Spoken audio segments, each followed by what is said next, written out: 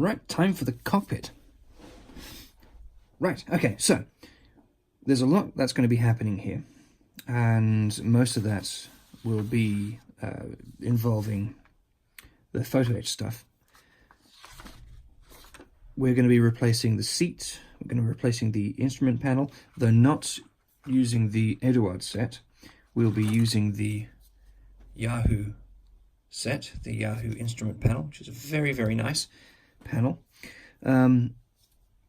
Eduard's stuff, the pre-colored stuff, it is very nice, but the drawback to it is that there's not one included in this set, but the drawback to the pre-colored stuff is that it's screen printed.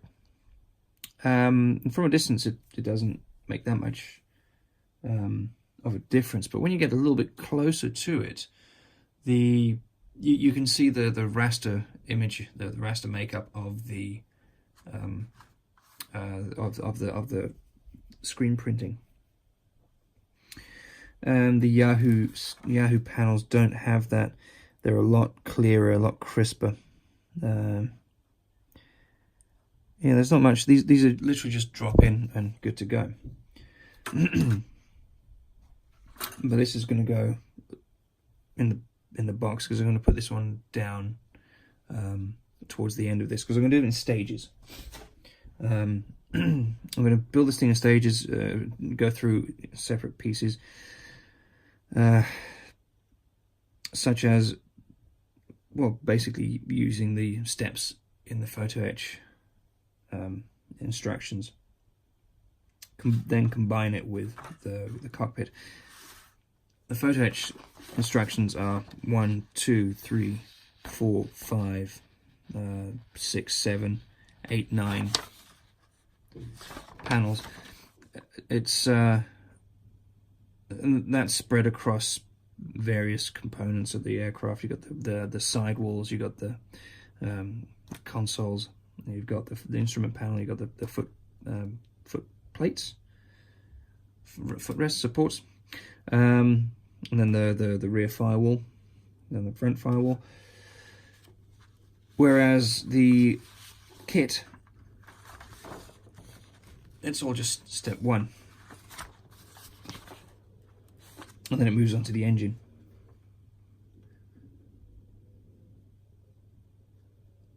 And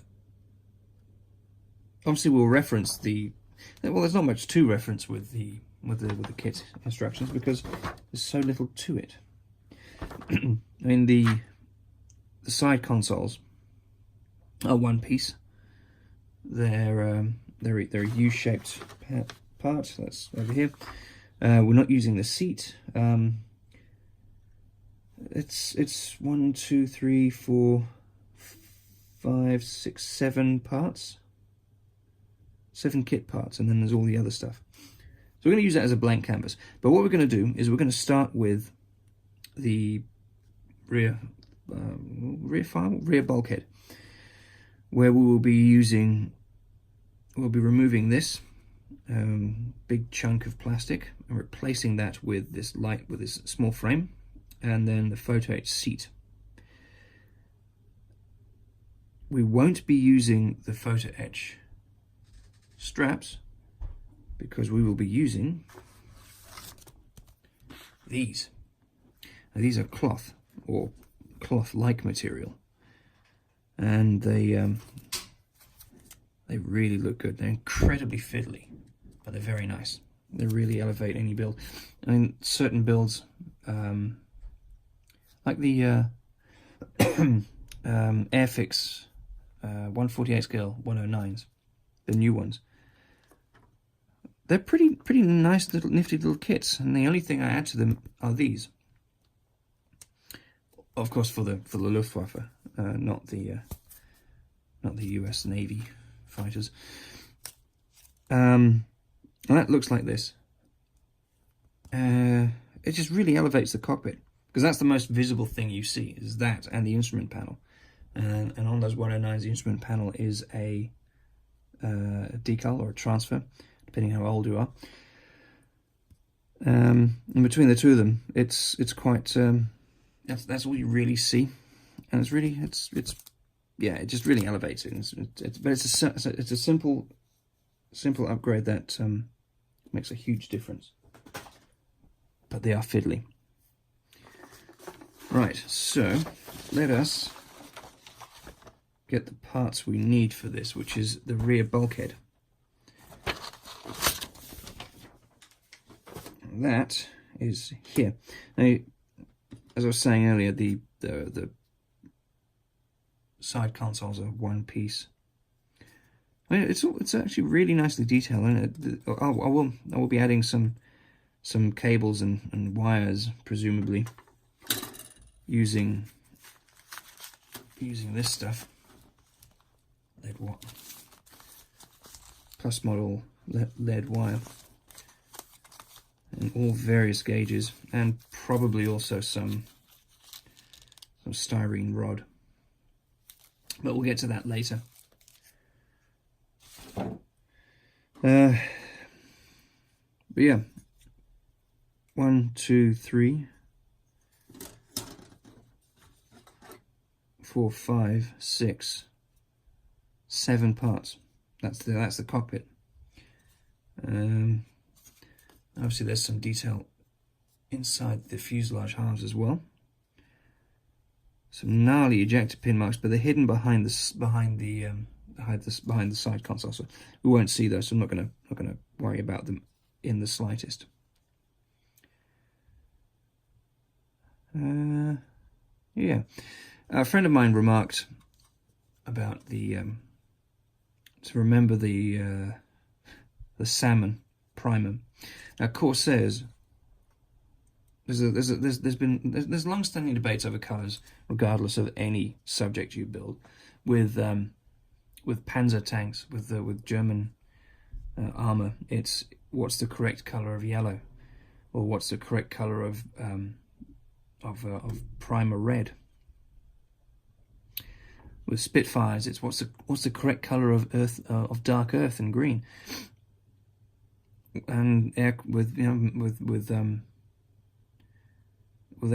any German aircraft, the debates about RLM colours go on for miles and miles and miles of internet pages. Well, we're not going to bother about that. I'm going to have a look. I'm going to do a little bit of looking around, see what the consensus is on what the interior of the wheel well is in the back of the aircraft. It might be a salmon pink. It might be green. Certain Corsairs apparently did have that. Some didn't. I'm going to check the consensus, see what most people say about this type of aircraft, and we'll run with that. Again, I don't have one parked in the driveway to check, nor does anyone I know have one parked in the driveway, so they can't check either. So I will go with what I feel is best. There's only so much you can do. That's another one of those things, if you're going to obsess over that, you just end up slowing things down and losing interest. So yeah, it's also a good opportunity to have a look at the rather nicely moulded engine. That's a front cylinder bank, the rear cylinder bank. That too will get a little bit of photo etch in the shape of this ignition harness. I'm talking ejection. And here's the seat we'll be needing. I've done one of these before. I've got a trumpeter Corsair that I've stalled, and I've used the same photo etch set on that. It works fine. You just omit certain parts that you don't need, because there's some difference in this area here, amongst others. I mean, it's a birdcage Corsair. There's a lot of difference, but I just picked the bits out that I needed and left the rest. So yes, let's get the bits we need, which are not on here. It is just that. Now I did a bit of a tidy up a moment ago, made sure I got everything close by, and I appear to have put my clippers somewhere. wherever that somewhere is. Well, answers on a postcard. Might win a prize. No, I'll just do it the old-fashioned way and use this.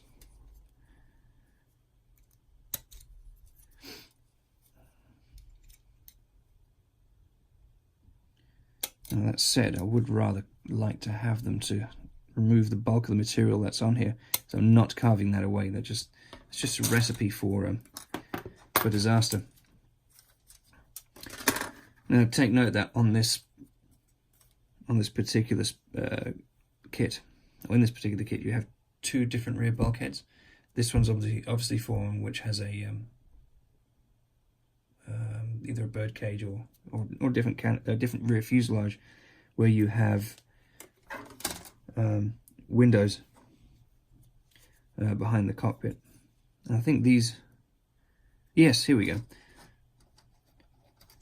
They're right underneath it. So this goes with this, which are inserts that go into the fuselage.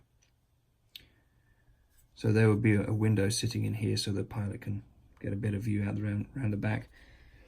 And I believe these Corsairs, the bubble top ones, have a different canopy. So they close that off, no window there, and a bubble round its section to the fuselage, to the canopy, to allow them to get a bit more rear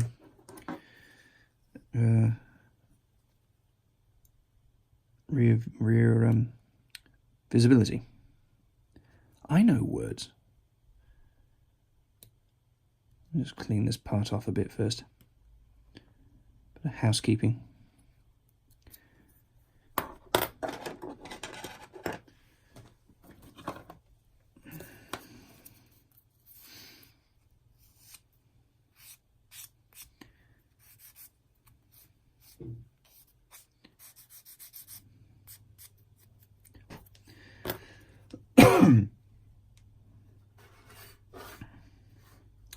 So all this is going to be replaced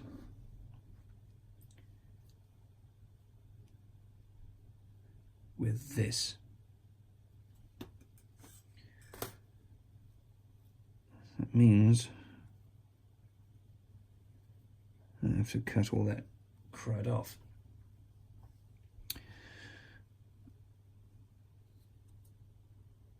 I like that they've added some very optimistic rivet detail down the bottom there, if you can see. There's going to be not only is it solid on the side, there's going to be a seat on top of it. And I've got to make sure that I try and clean these parts out so that I can nestle the frame in between there. And it gives me a good guidance point where the top of that frame goes. I used the same one on the trumpeter kit, and it didn't have those brackets, so I didn't really have a clear indication of where I had to go. Yes. Anyway, let me cut these off and clean the part up, and I will get back to you in a moment. Right, that went fairly well. It was quite chunky here in the middle. I've got a set of chisels that apparently don't really work. So that was a waste. So I ended up doing everything with this rather dangerous looking setup. Anyway, I removed all the material that was here and also opened up these braces. If you want to have an idea of what it looked like before,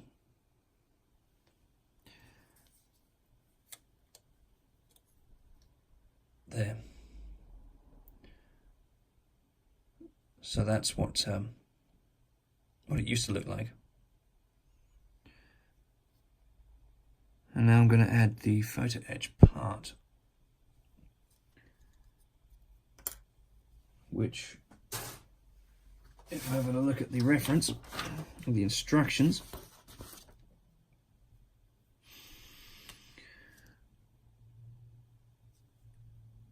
needs to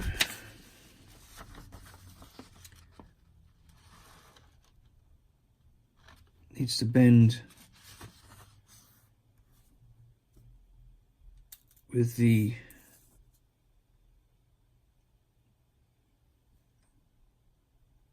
two connecting rods against the back, and then the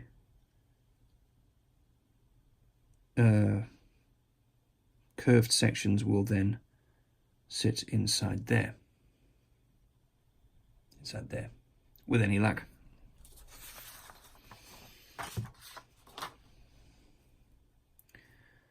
This isn't a hugely complicated part, nor is it going to be very hard to bend, so I can quite easily just do it by hand. No, look at that, it's nice and twisted. Usually do it by hand now. Save me clamping it down and unclamping it. I mean, it really is just a small piece. So that's that. It took me longer to describe the actual bending of it and coming up with the witty phrase than it actually took to bend it.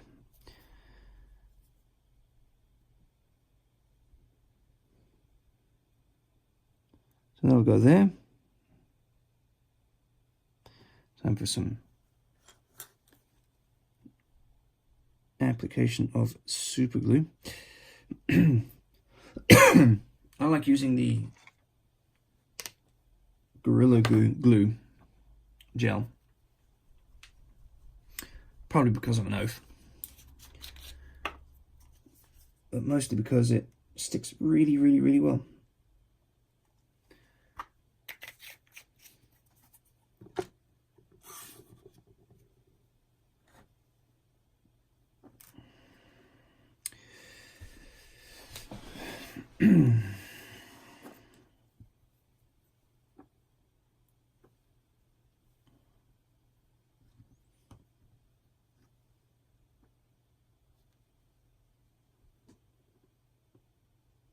Other people use PVA glue. I believe there are some specially meant for photo etch parts. I don't have that. I also find PVA takes way too long to cure. I don't have the time nor inclination to sit and wait for that sort of stuff to finish. Which is why all my builds look shoddy. Okay. Let's line these guys up with that. There we go.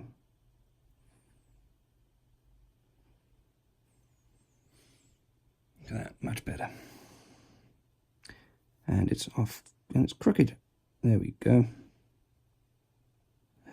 Pay attention. Is that lined up properly? Yeah, that's better.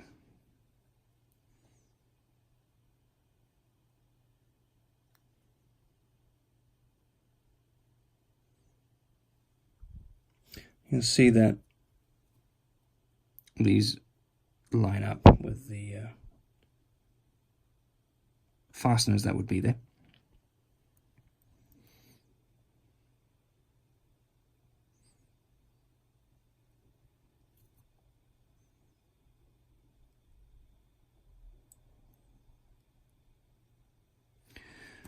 Now I'll assemble the seat as well, but I won't necessarily add the straps. Or shall I?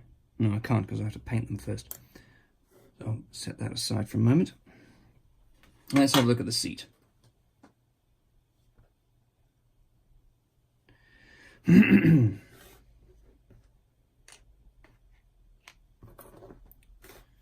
dehydrated today. I should have drank more. So we're looking at this piece here, which is that, and this piece, which goes in here, and also 34, which is that folds down the bottom. See that? And I have done one of these before. I do recall it being a bit tricky.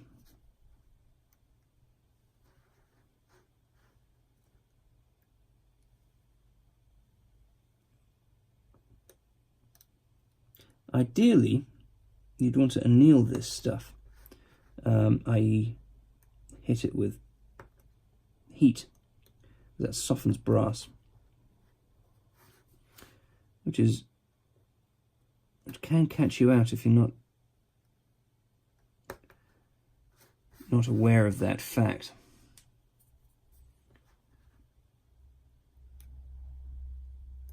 Oh, that's interesting. There's 2 holes in the seat back. I'll have to see if that isn't for the seat belts to come through them. Let's have a look on the old Google behind my camera.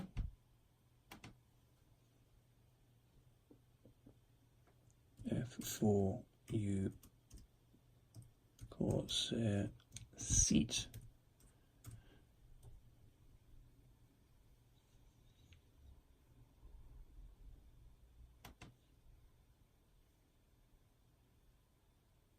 No, looks like they go over the top of the seat, which is interesting. Yep. Goes over the top of the seat. In fact,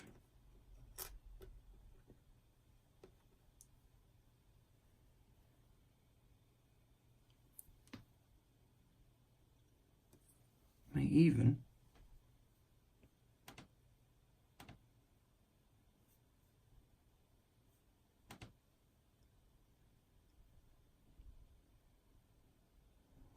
that's interesting. It does appear that there's meant to be a bar that goes across here, and that's what the seat belt goes over.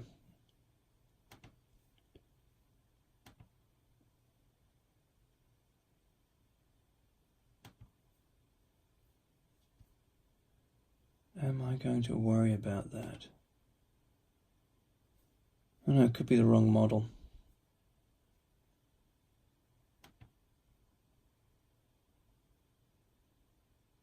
It's hard to tell.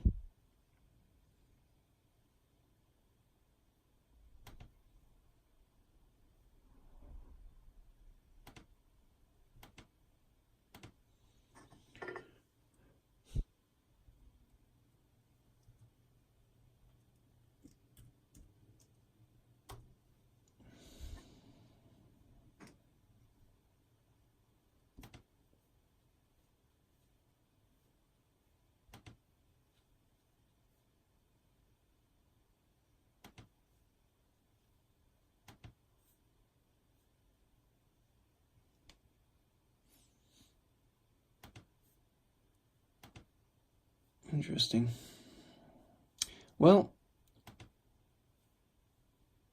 what I will do, see, it seems that there's quite a lot more than just that bar that goes on there. So effectively, if you're going to be doing this one, I suggest getting a resin seat maybe, because that would have all the appropriate bars and whatnot in place. Because yeah, I was just looking at references now that the seat sits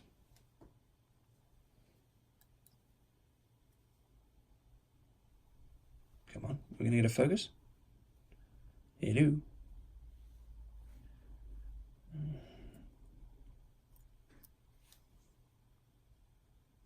There we go. The seat sits more or less here. And the bar goes over the top, and that's what the seat harness goes over. That's not present on this. I'm going to take a loss on this one, and in future, if I do another one, which is a big if, I will make sure that the correct seat is installed.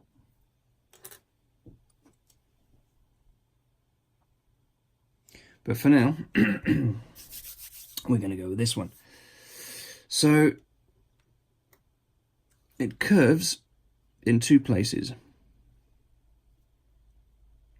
On the seat back itself, and then in the seat pan here, as it follows around the front here. I remember this being tricky from the last time. Let's start with the seat back itself. That's the easy part.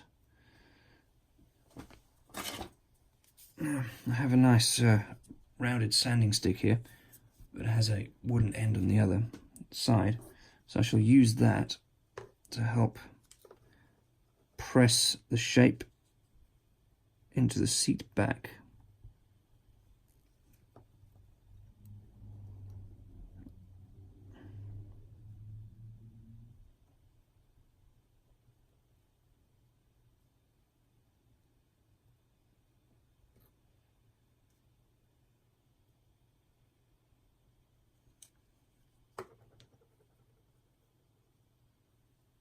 Ooh, bendy. So then when this folds up, it's not too shabby.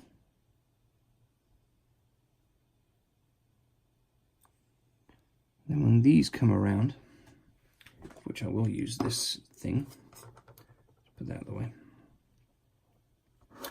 Be very careful with bending bits and pieces of really thin brass, because it is prone to metal fatigue.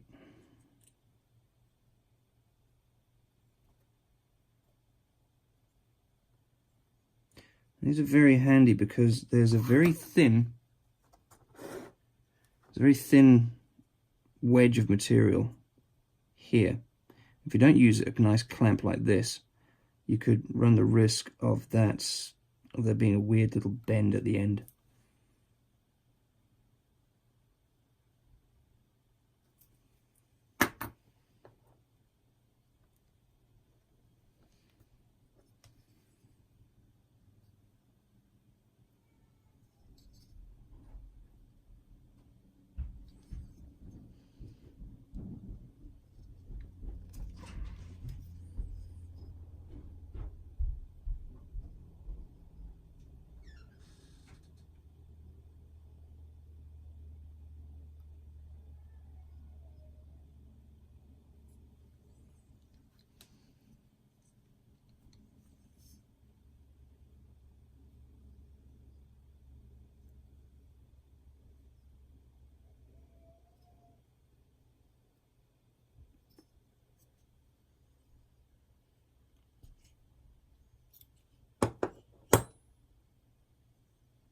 Sometimes that'll happen regardless of what you do.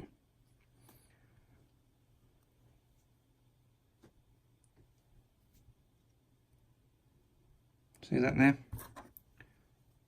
Right here. I have to roll that with the edge of a blade just to get it to form up properly.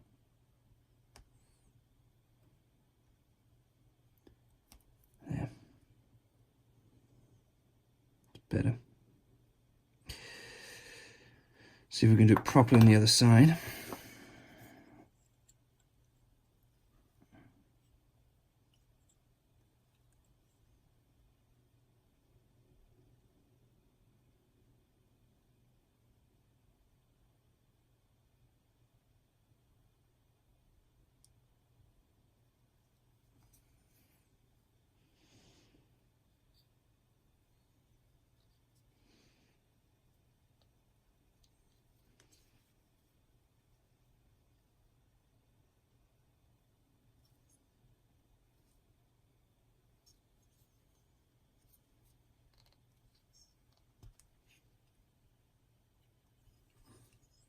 See, that's how it's supposed to go.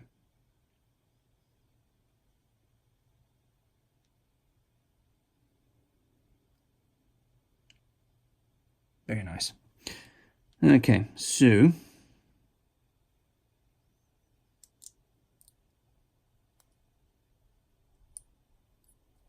this now has to, as you can see, roll up from this point forwards.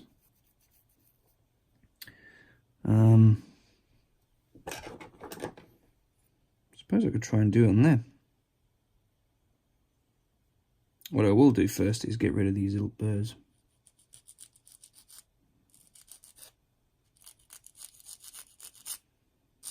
There.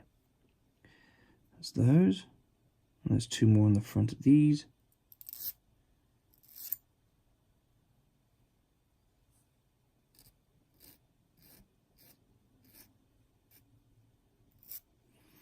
I'm going to be very careful that I don't end up pinging this off, because as you can see, there's a really thin little tab that holds the two together.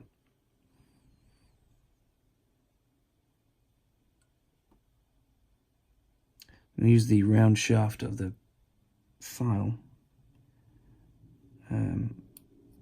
as a former to bend this thing around.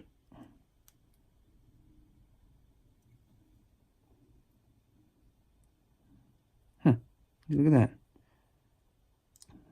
Almost nailed it in one. There's a little bit more.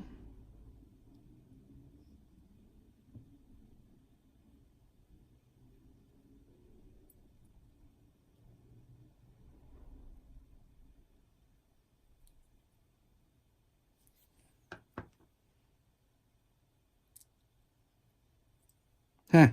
Called it. It's annoying. I do recall it happening the last time as well, so it's fine. Now that said, it does appear to be sitting quite nicely. Well, I've got it here. I can just tinker with it a bit.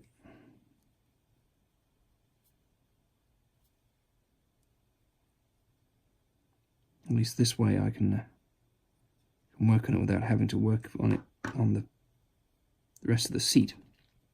So I can only break one thing at a time.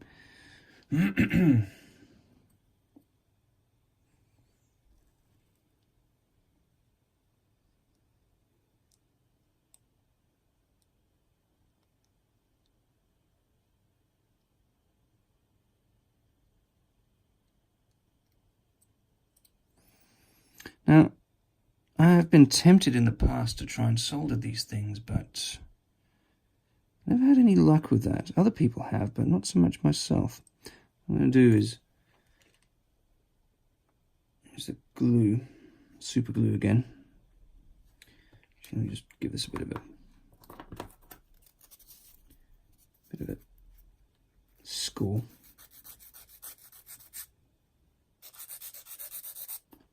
Glue to hold on to. Get really thin pieces here.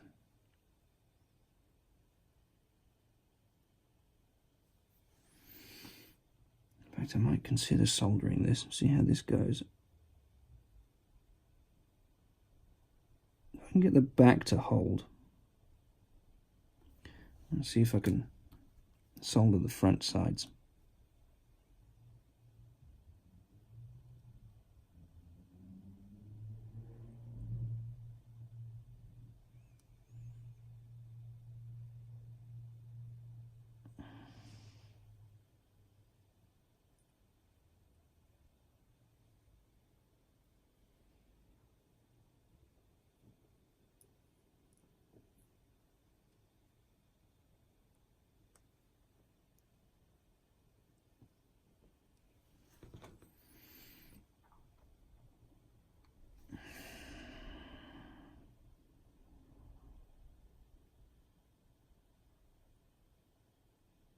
I can afford to go a little bit chunky with the glue under here because you cannot see it from any angle on the finished aircraft.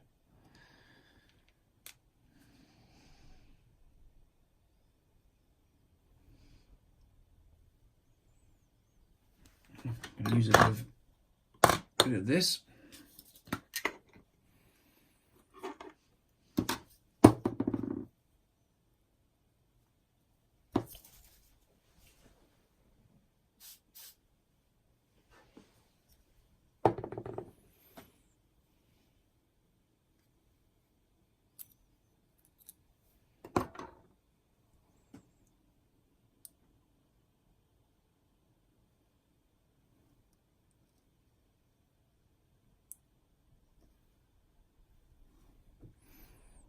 It's not too bad.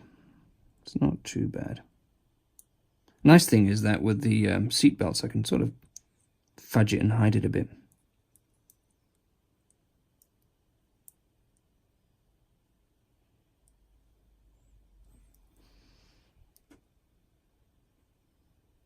Yeah.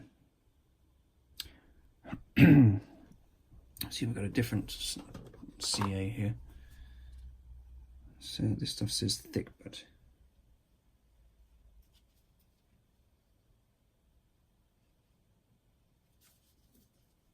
when it says thick, it should actually mean solidified. Do I have anything else? Not to hand. Or do I? Yeah. I thought I did somewhere. I try to avoid the really runny super glue because it just goes absolutely everywhere.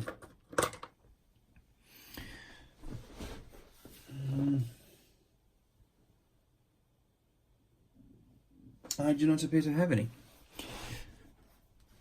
which is annoying. Don't I? Drawers and drawers of stuff, things and pieces and bits. The irony is that none of it is organised.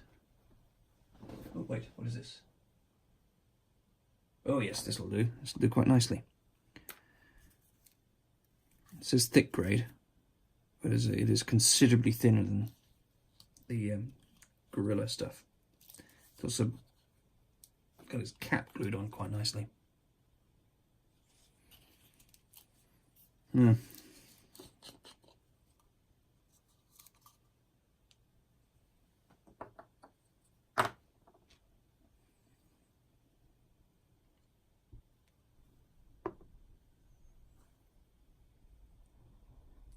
See, with really thin stuff, you can use capillary action to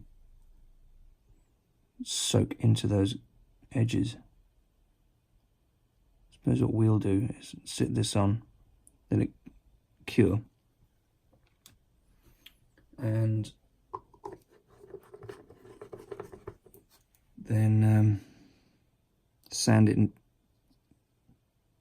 it back, and hopefully not ruin the bond in the process.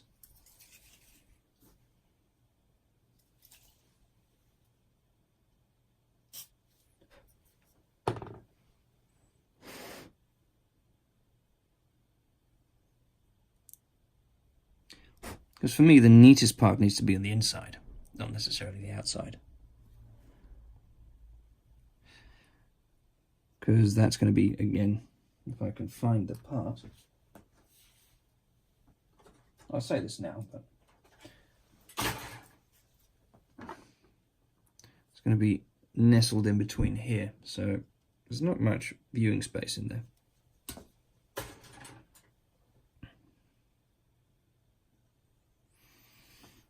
Okay, let's try the other side.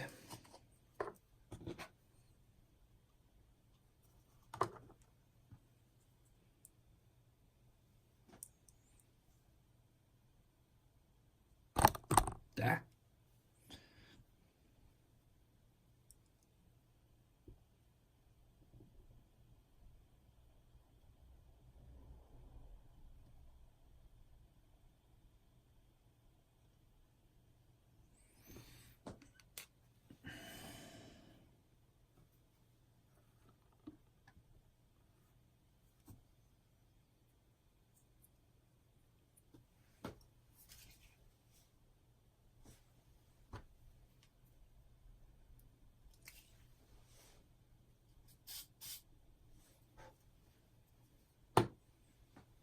Cool. That is that. And then it will then sit up there. Dumbass. I'll just break that bond. No, that's fine. That will sit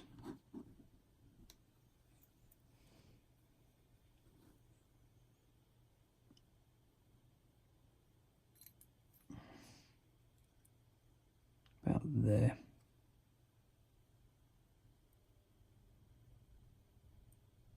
I'm going to go that these 2 points match up with the 4 rivet holes there. And so it'll sit about that height, which also lines up the bottom with the bottom of the seat, more or less. Cool. Let me see if I can whittle these down a bit, hopefully without ruining them.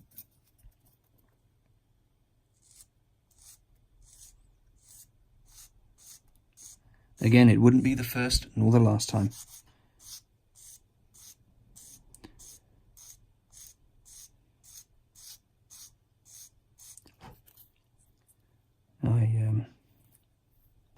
I'm not ashamed to admit that I'm a very sloppy builder. I may have mentioned this a few times beforehand. Might not take it serious enough. Who knows? At the end of the day, it's only a hobby. And I'm finding that making these videos is very relaxing. It's like I'm talking to a bunch of friends I've never met, which is, according to the last video, my channel, 13 people that viewed the last one.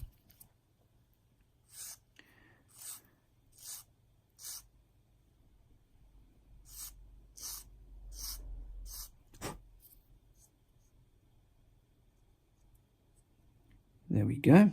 That's not too bad. The other side. It's a lot better than the previous seat I did. The previous Corsair seat was a bit messier than this. I might dig that kit up and compare the two. I got so far as closing the fuselage, but that was about it. Other projects kept getting in the way. Life got in the way. You know how it goes. Cool, that's that.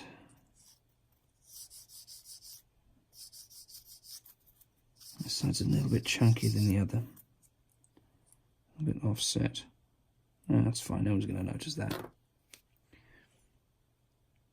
Groovy, that's that.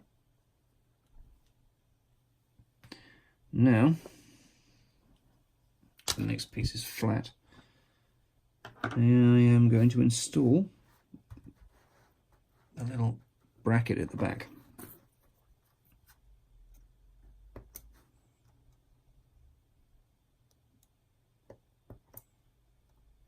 Sort of sits at a 45-ish degree angle.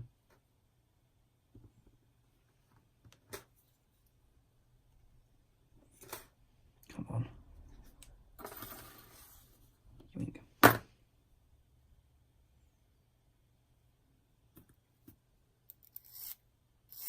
Get rid of the burrs.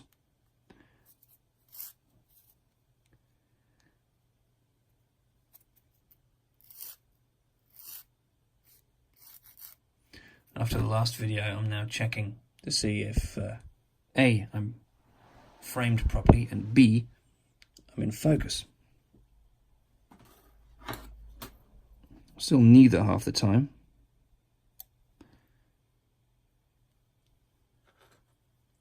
I'm doing better. That goes in here. More or less like that.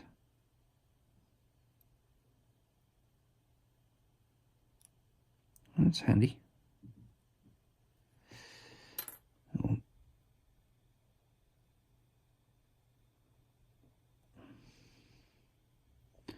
watch as I now fling this thing into a low Earth orbit.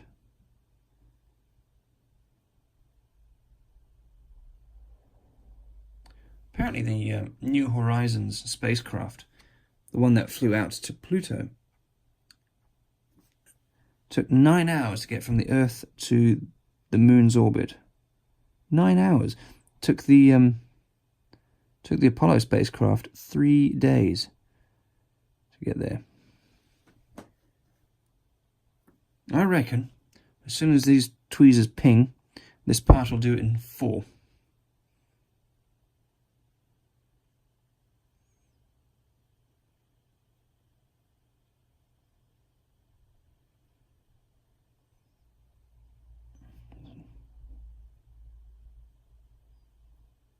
A little liberal coating of some gel.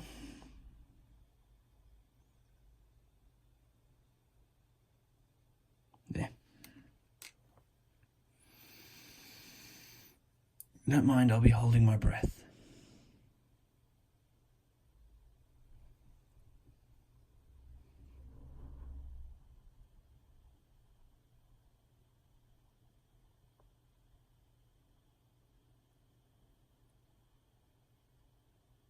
Go.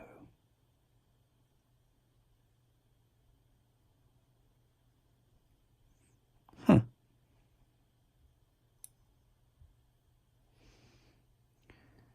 That went surprisingly well. Oh, there you have it, folks. One photo-etched seat. Yeah, that's good. I like that.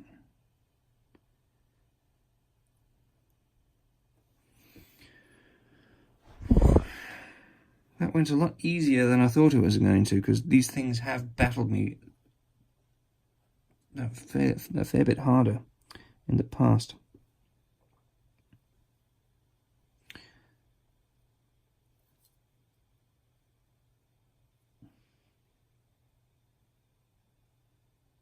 Right, same again. I'm going to put on not you, bit of fresh super glue, because that stuff is getting a bit chunky. A little dab.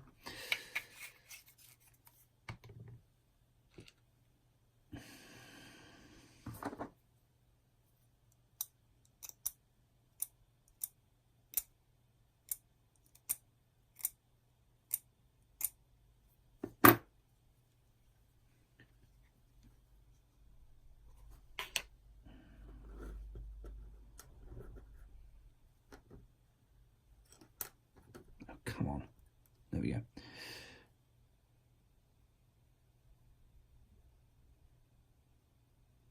And get a nice splooge, the old super glues.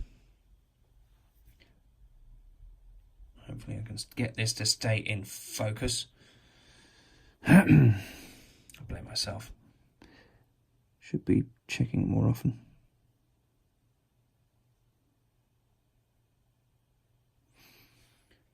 That's that.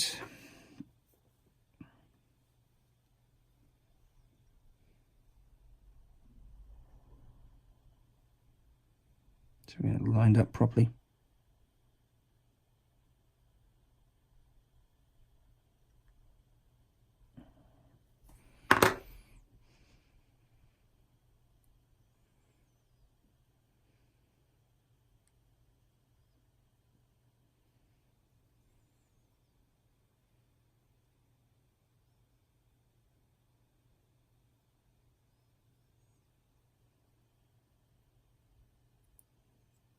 Excellent. I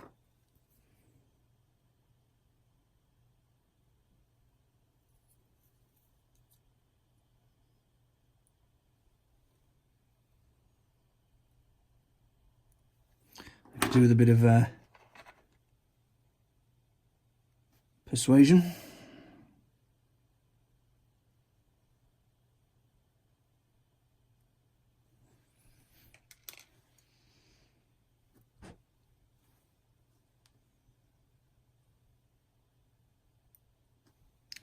bit more persuasion.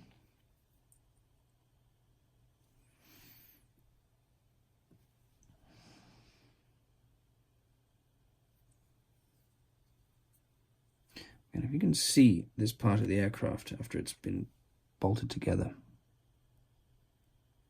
I'd be very surprised.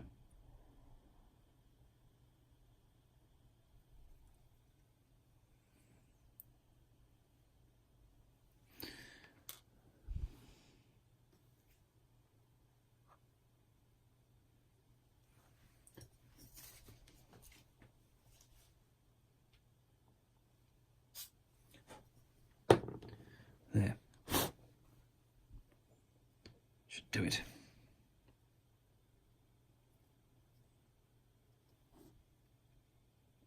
Lovely. Yeah. It's more or less how it needs to go. And it gives a nice delicate, well, I say delicate feeling. It's, if you compare it to the kit part, it's a lot chunkier. Whereas again, the real one would have been made of sheet metal. And sadly, you can't really replicate sheet metal in injection molded plastic because it doesn't quite.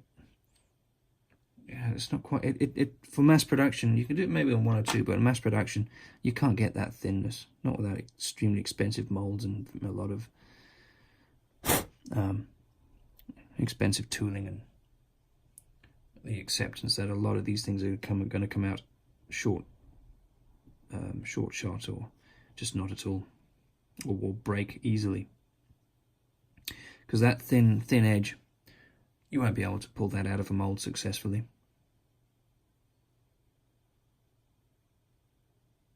Cool. Now all I need to do is mount the little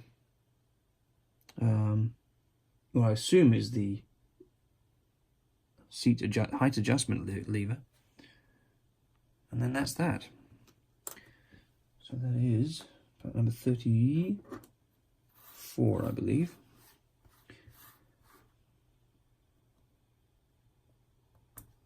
No, it's 34 because the piece of paper said so. There. Again, it's a small enough part to be able to fold by hand. And it shows it flat up against the side of the seat itself, but I will just give it a little bit of a standoff, give it a bit of a distance.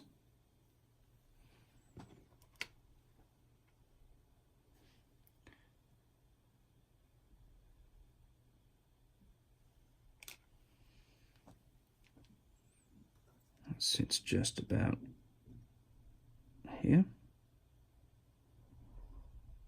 There we go.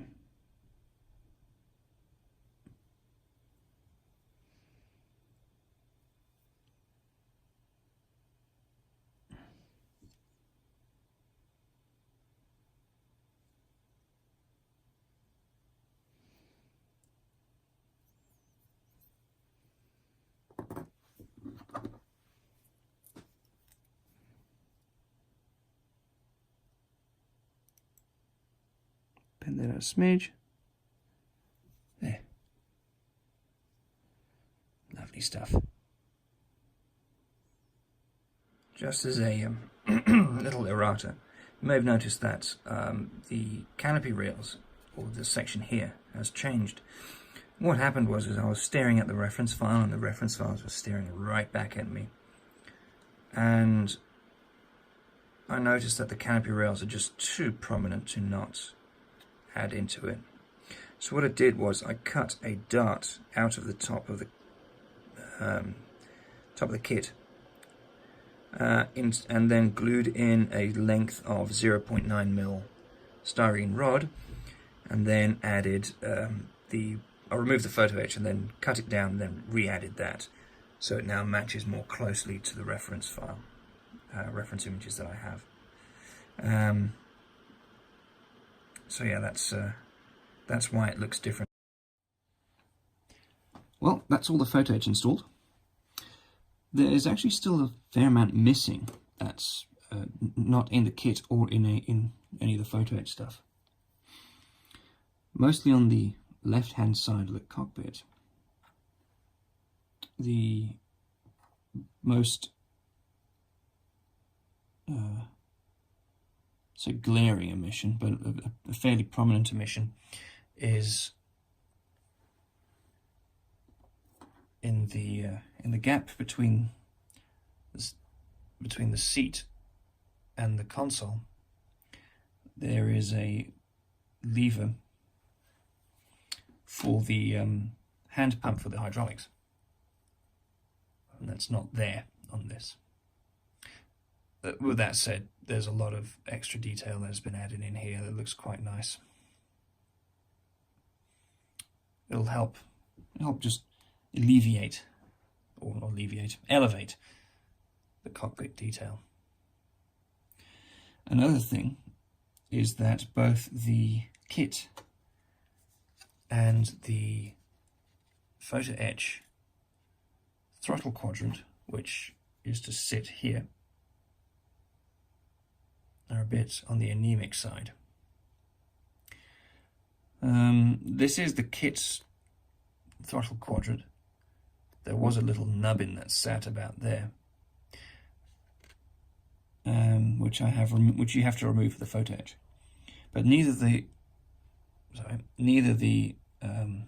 kit part or the photo-etch part look anything like the reference. It's almost like there's a piece missing. Like there should be another piece that fixes onto it, but it's just not there. I have to double check the instructions. I don't think there's a piece that goes on there. They just say, well, that's it. Just painted that color. And the photo-etch part doesn't really add much more to it. It just adds a little flat detail on top of that. Whereas if you look at the reference, which I have printed out copies of here, you'll notice that this is the throttle quadrant. It's quite hefty and quite prominent. Now, as it's not in the kit and it's not in the photo-etch, I'm going to have to make it myself. And to be brutally honest, I don't particularly look forward to scratch building it. So what I'm going to do is I'm going to 3D print one. I'll do that process as a separate video. In this video, you'll just see me installing this, but I will do a separate video on how that came to being once I finally installed it. I won't say it's a lengthy process, but it's an interesting process. And I may look at using the same process to add. See, there's that lever that's missing. To add this component as well. So yeah, looking at this, there's some cables that run around the cockpit. This is from an app I have, which is a 360-degree view of lots of aircraft cockpits. But yeah, it shows there's not much cables happening here other than the ones that head into the bottom of the throttle quadrant, which, if you look at the instrument panel, which I've cleaned off for the Yahoo panel, so you need to clean off this panel here and this one here. If you look at the reference and compare it to the instrument panel, these four little nubbins appear to be these four cable tubes or guides that run to the bottom of the throttle quadrant. So I'll be either adding styrene rod to that or replacing it with brass, one or the other. Haven't gotten that far yet. I want to see how I do with creating the 3D model of the throttle quadrant itself. Now, if I look into the rest of the cockpit, there's towards the back, there's these little lines here. So I'll add those with some lead wire. And if you go to the other side of the cockpit,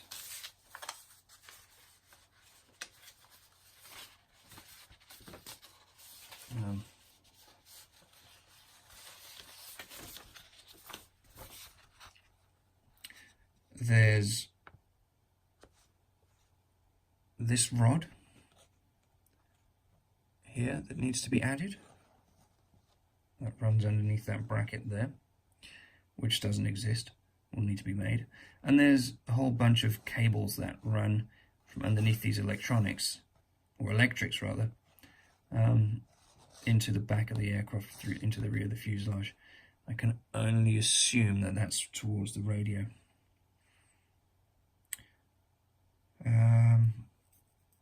Other things that are missing, things like these little, I think this might be a map light, oxygen hoses. I'm not sure to what extent I'm going to go with this, but I will. Oh, yeah, there's a modern radio right there, and I think that is the map case, or would have been where the map case was. Anyway, there's a few things that I'm going to be adding with rod, with lead wire, but we'll see that in a moment as I get into it. I've already spared you having to watch me go through installing all this photo-etch, because I have lost one of these. I dropped one of these. I dropped this part. The other bits and pieces were fine. On this part, you replace fairly hefty, chunky plastic components here, which were just straight, flat parts. That just came straight down to about here. The rest was that was just all just a square plastic block.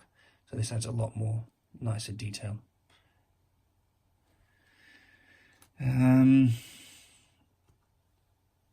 we have the foot pedals, or the rudder pedals, with an insert here with a bit of detail on the top. Bit of a, I suppose, grip detail.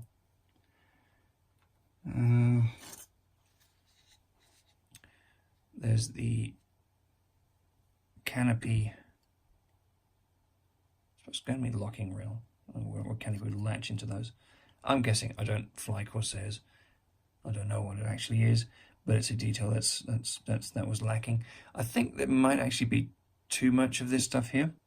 Looking at that reference just now, it seems that only the first 3 are present.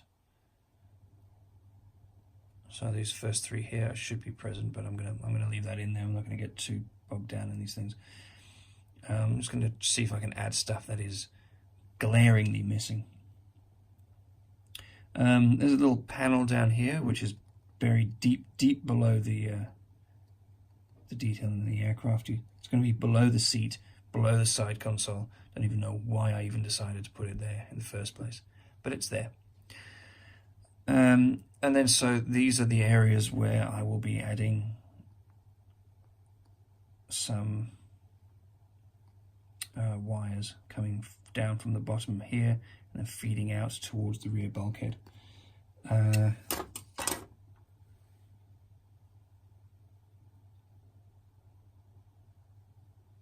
There is, let me just take these up. There's no real gap in there. I guess there probably should be, but there isn't. Well, they're just gonna terminate round about here. I I may still open up this little triangle here and this one on this side as well. Not sure. I'll have to check if that's a thing on the real aircraft. I'm not gonna. Still debating whether or not to add material to the back of the seat to give it that that bar that goes across here, but that also means adding more tubes down the side here and a little flange at the top. May also 3D print that as well. Don't know. So yeah, right at this point in time in the video, I'm just still contemplating things, and we'll need to have a think about how to proceed on these items.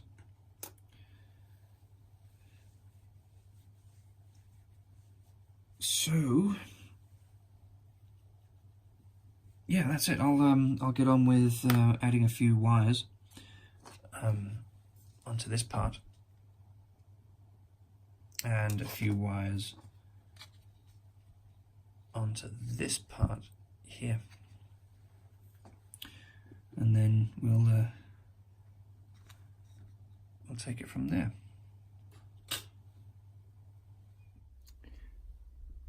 Having had a look at my references, I can see that there's a canvas cover here behind the seat, and on the other side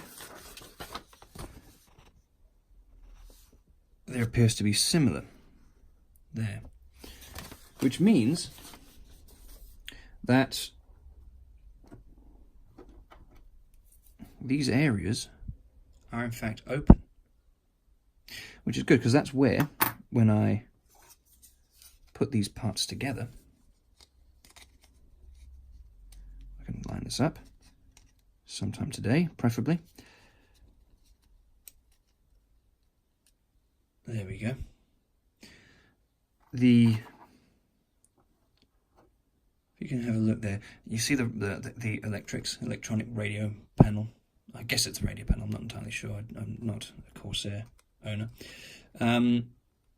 Their cables run along from underneath here, and then they run into the back of the fuselage through that gap, which you can see on here. You can just make it out. Just make it out here. And they sort of sneak in between the canvas into the rear fuselage.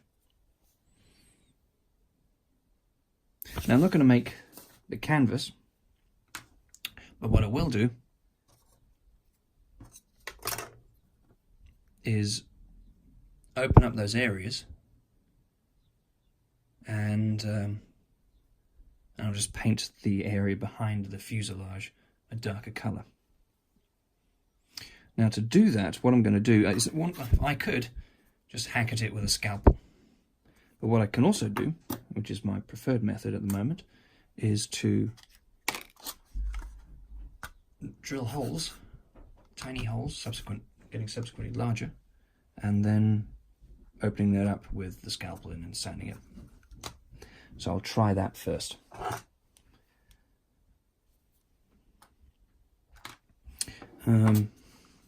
Get the correct sizes. Let's go wider on this so you can see what I'm doing. Start with this guy.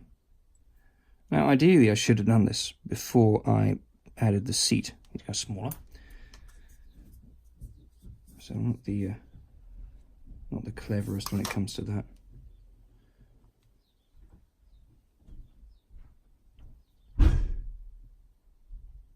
So yeah, that should fit.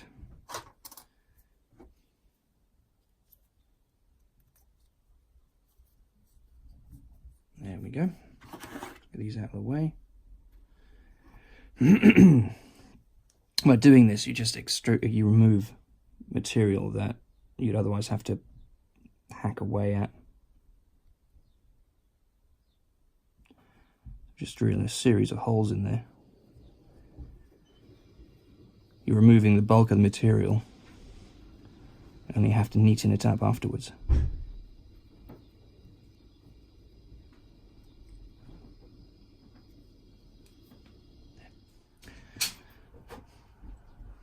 Right. I'll just do it symmetrically, one either side. Then get a smaller drill after this.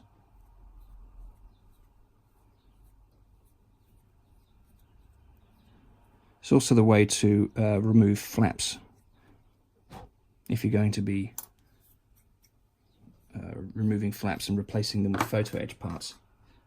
You'd go this route. You'd drill a series of holes, you perforate it essentially, and then you cut along the perforation.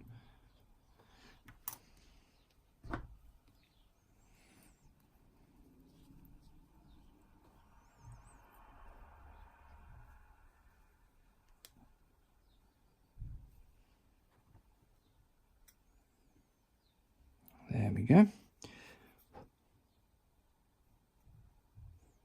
I'll do one side and spare the other side. Get in there.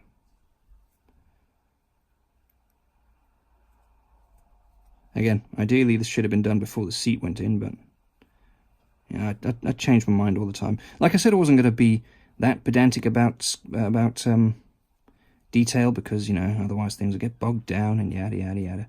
Changed my mind about that. Found myself at 2 in the morning installing canopy rails. See, this is what happens if you do that. Just pop this guy off. It'll be easier. Boink. There we go.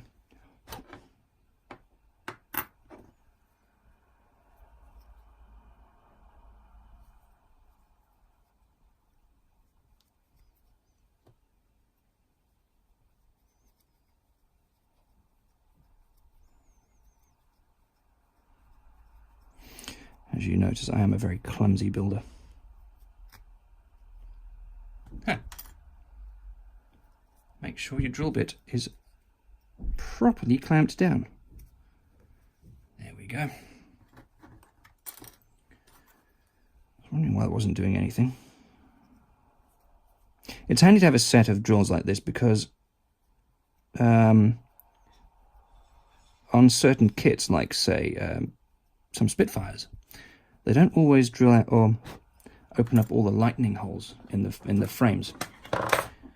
So I wonder if I can show you this in here. Down here, you can just make them out. So in here, see these holes down there? Vaguely. Anyway, those I had to drill out myself, and there's a few. These on those side were fine. But yeah, it's mostly famously on this first frame behind the bulkhead, behind the seat, that doesn't have them. Sometimes the one behind it as well. Just helps to add that little bit of detail, because aircraft are made up of very light components, obviously, as you well know. That means that on large panels like that, they add lightning holes to make things, to remove excess material. But they're not always molded, so you have to cut them in yourself. It's not a huge job, but just it adds a little bit of extra detail, a little bit of extra visual interest.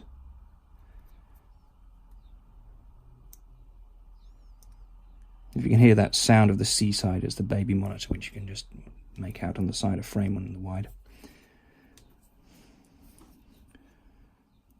I'm trying to get the boy interested in aircraft. So far, he's very interested in everything that has wheels, but he hasn't quite grasped wings yet.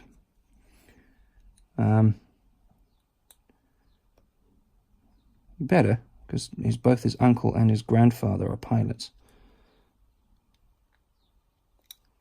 Be very disappointed otherwise.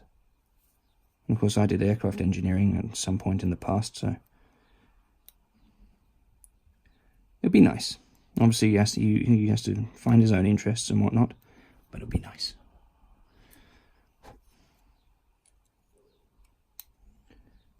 There.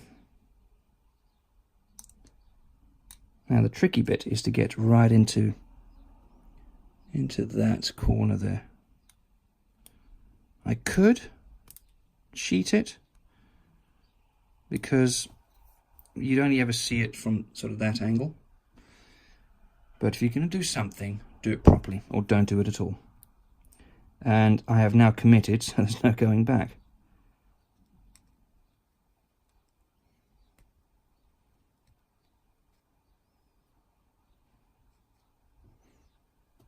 Should also probably keep these in frame. I'm very bad at that. I do apologise. Because you do a video, you want to see it, not just hear it being described from the side.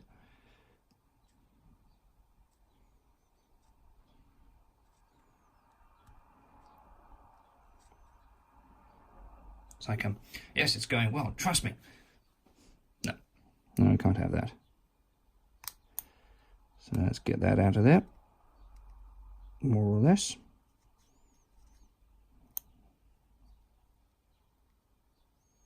Shave that down, seeing as I've made it look a lot thinner than it actually is. There we go, that'll do. Now, if you find yourself with some ragged edges, this, with when you're scribing or cutting something, and a bit of fluffy parts and whatnot, a good way to sort of help smooth things out is a little dash, little drop of Tamiya extra thin. I'll demonstrate on this side. So if I have, let's say this is a piece of fuselage, and you want to scribe a line onto it. I'll grab my scribing tool here. So you'll draw a line, and another one. Let's get some depth in there. And you'll notice that, okay, because I just hacked at this, it's not fantastic, but it's a bit ragged and rough in there. So what you do, take your extra thin, just drop that in there, and it helps just sort of smooth things out as it melts the plastic a bit. Oh, look at that, nice big stress mark. Why is there a stress mark? Because I've been bending it, that's why. Let's bend it back there. So yeah, Tamiya extra thin. And then when that's cured and dried and hardened, then you just sand that flush. Cool. I will do the other one off camera, and then we can continue on to some other bits and pieces. Cool. So that's that done. Those are nicely cut out and more or less neatly hidden away. Sorry, I live in a rather heftily built Edwardian house, so the walls are a bit thick and I tend to lose signal on the baby monitor every now and again. Right, we're going to go start with cabling. What I'm going to do first is, I'm not going to bore you with all the cables because it can get quite tedious. Watching me go, and I'm going to do another piece here. No, I'll give you a few to show you the gist of it. And that'll be that, because it's just too boring otherwise. It's already tedious enough as it is. So what we have here, I'm going to start with these here. The annoying thing is that a cockpit is built up out of multiple parts, obviously. But what that means is, when it comes to bits like these here, you start with putting them on the sidewall, which would in this case be running along from, they'd run along underneath here, underneath there, drop down here, go around here, and then go straight down the rear rear bulkhead behind the side console, which means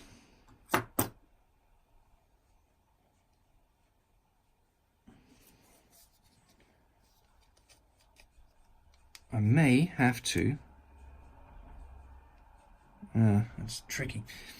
I may have to cut them to a length that I can adjust them afterwards, or approximate them and then sort of mash them into place. And move them around when I install the cockpit. On this side, it might be easier to do that on this side. Excuse me. Because on the other side, well, it's all tricky. Yeah, what I'll do is I'll fix them in place on the sidewall, and then leave them loose towards the back, so that when I insert the cockpit, I can just tack them up against the rear of that, or the front face of the bulkhead there.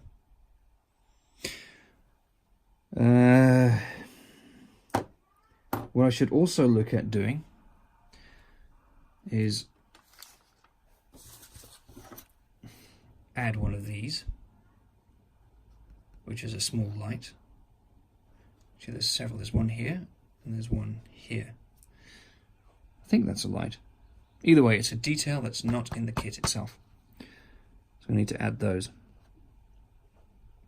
There's a couple on the other side as well. I'll just replicate those with a simple length of rod. It looks to be not that much different in diameter to the rail there. Slightly larger, but not by much. So I'll use a slightly larger rod than I used on the canopy rail.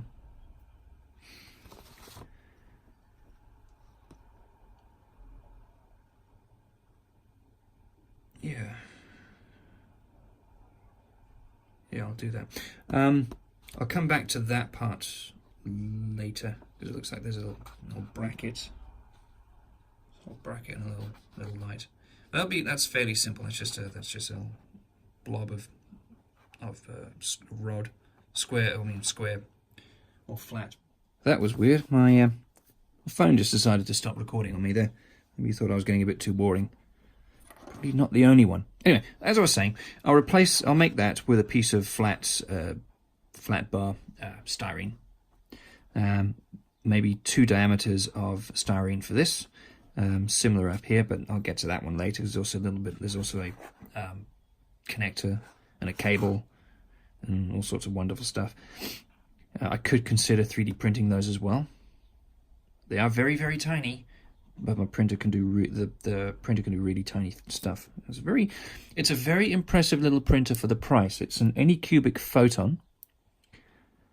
Apparently your mileage may vary when it comes to quality control, because apparently you need to check all the nuts and bolts when you get it. Make sure everything's been properly assembled. But for the price, that's I think £380 on Amazon. It creates incredibly good prints. So I'll be using that for the throttle body, and maybe some other bits and pieces around that I might consider doing. Like I said earlier, I might even consider doing the seat back as well, because looking at it now, to get these cables to work properly, I'm probably going to have to install the seat after I install everything else in here.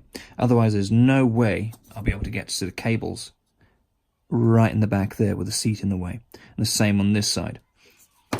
The cables on this side, I will need to make sure that they're sufficiently long enough that I can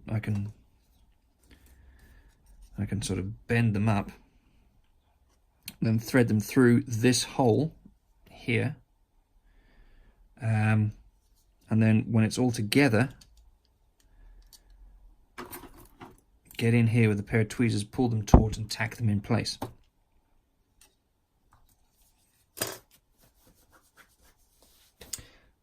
But yeah, that's we'll cross that bridge when we come to it. But first, what I'm going to do is make these. I will need this side. I'll put this aside, this aside. What is handy to have is little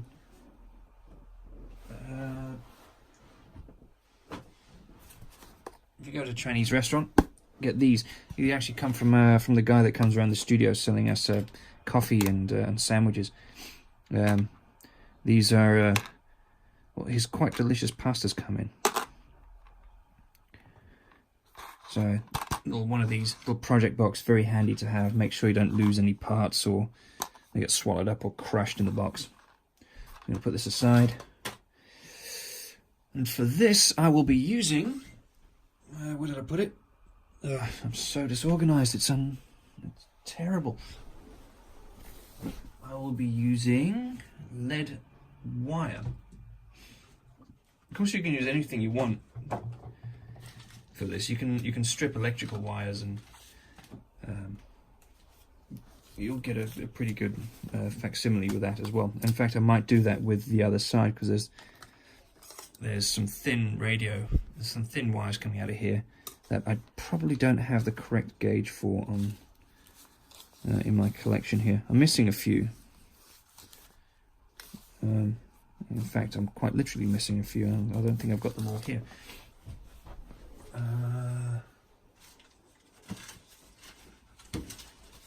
Should have a thinner batch as well.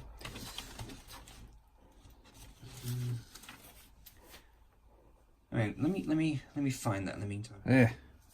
After it seemed to be like hours of searching, I found it, and I needed the thinnest gauge I had because these little wires here, or cables, or so there could be hydraulic lines because there's a little connector there. It could be anything really. I don't know. Don't own a Corsair. They're fairly thin. So what I'll do, let's grab a length of this. One length, thank you very much. Need to stock up on this stuff. This stuff has served me well over the last few years. There we go, make it, straighten it out. And we'll guesstimate how much we need. It's better to go there, give yourself a little bit of extra length. And this stuff is cheap because it's only lead after all. So I will have it run up against the... I'll give it a bit more there. There. Cool. Didn't quite cut through, but I'll use that to double it over. There's two lines there. And just cut that there. Set this piece aside, I'm sure we'll use it later.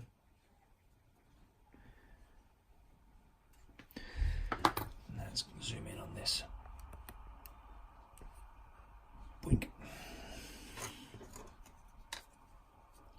Hopefully be able to see what I'm going to do here. Let's straighten these out a bit more. There we go. I will use super glue because this stuff really loves it for some reason.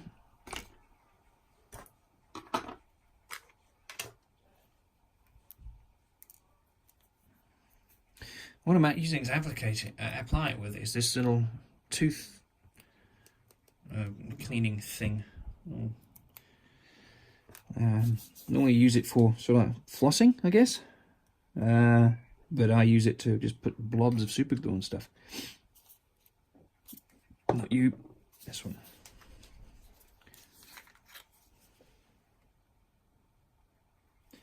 There. Now, looking at the reference, as I said earlier, it appears that they run along here, go up, and then run along that frame.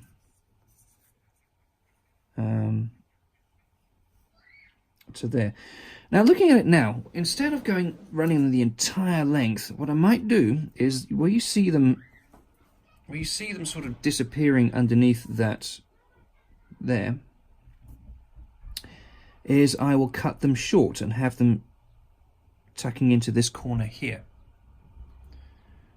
more or less. So they will effectively go. So I've got 1, 2 formers there. So they'll go from that's the rear bulkhead goes here. So that will be that frame there. That is that frame. That is that frame.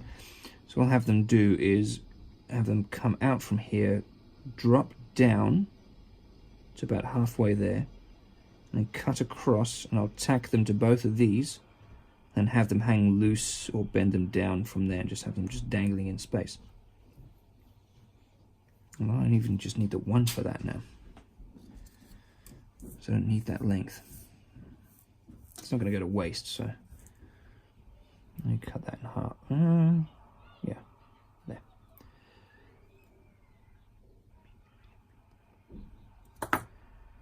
If you find me humming some little tune, it's the Hey Dougie theme tune. I've been watching a lot of that lately. And as far as kids' cartoons go, it's not too bad. It's quite inoffensive, quite fun as well. I swear to God, yesterday I saw an episode that was referencing Apocalypse Now. It's the weirdest thing. I think there's another episode where they were referencing Stranger Things. And I, as a geek, can appreciate that sort of thing. Anyway, what I'm going to do, start off with, is taking a little dab of the old super glue and putting it right there. And then holding these two together, I will push them into the glue. Actually, you know what? I'll just put a little dab on the tip of the lead as well. Just hold them together. So once the stuff is on, it sits really well. Just get a pair of tweezers in here. As dexterous as I am, as he drops these, I'm not that... Oh, come on. One at a time it is. So there's one there.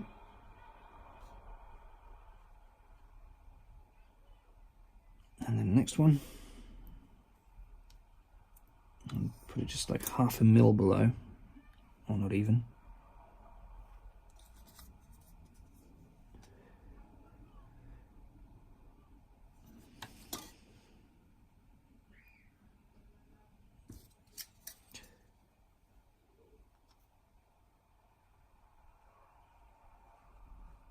That's where I find out that the glue in there has already dried out.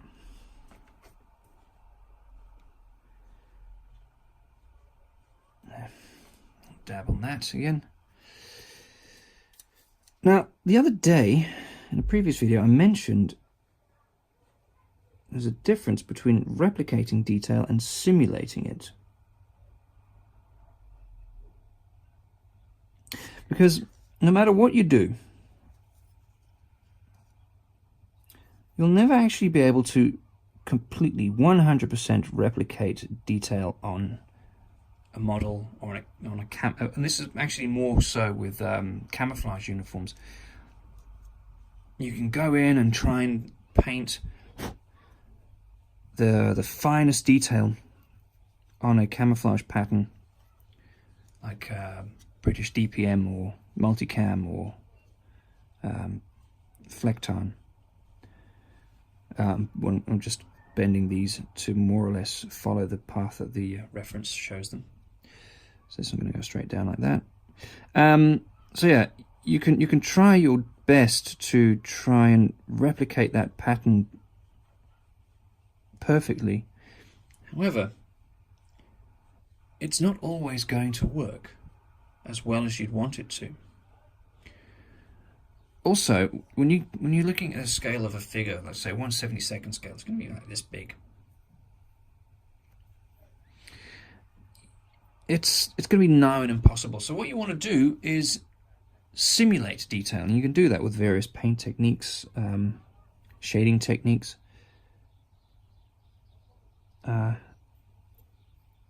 And it works just as effectively.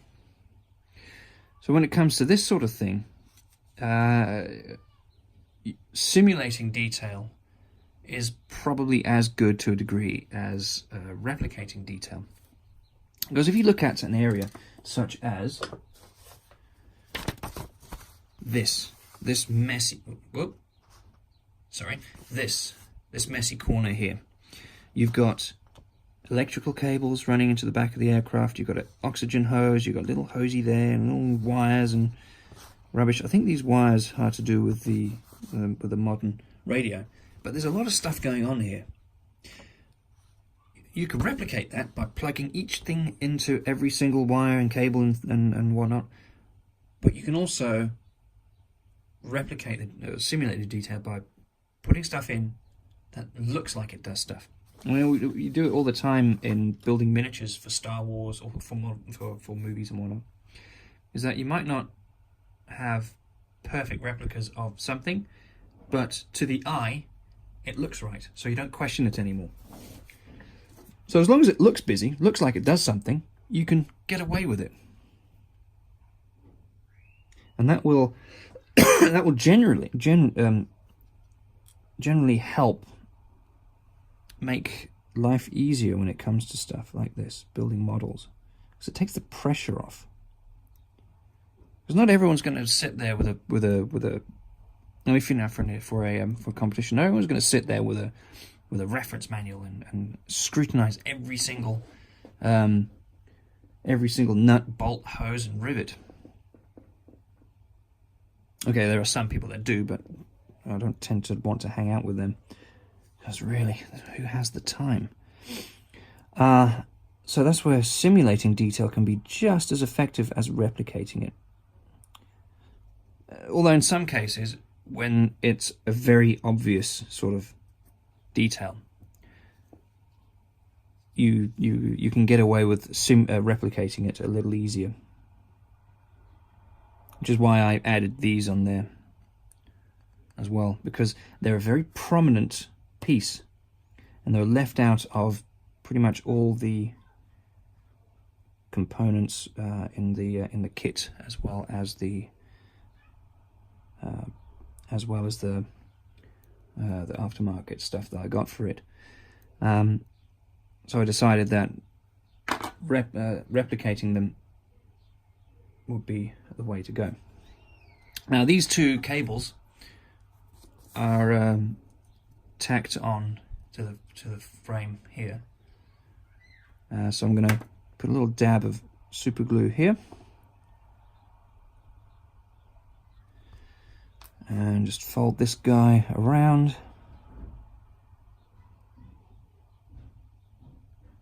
Like that. Hopefully in frame. Dumbass. Put that onto the bulkhead there. And fold this guy around.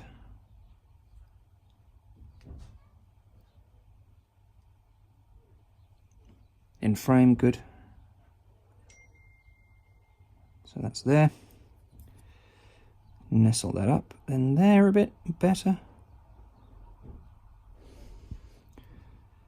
And they're also, they're not on there, but what I will tack them to the next bulkhead along as well, or next frame.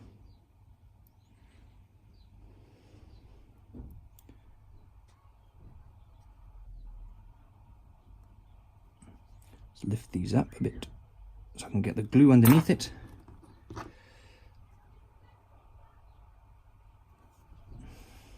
Try and stay parallel here.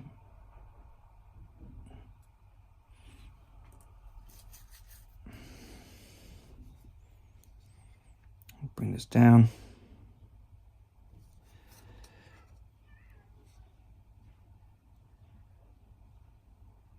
There we go.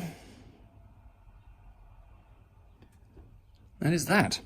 So these two are now left long enough so I can bend them down to follow the rear bulkhead and cut them to size when they're in place. And that is more or less how that goes, and I might do one or two on the other side later. Man, that's pretty much how installing cables in a cockpit goes. There are, as you see here, these little blue connectors, and how I'm going to replicate those. Blob of super glue there. Just want to add a little bit of thickness to that area. It doesn't have to be precise because it's just going to be colored blue and hidden behind stuff.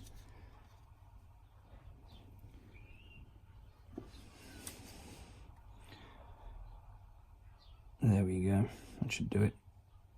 Little dab will do you. There we go. That should do it. That's those.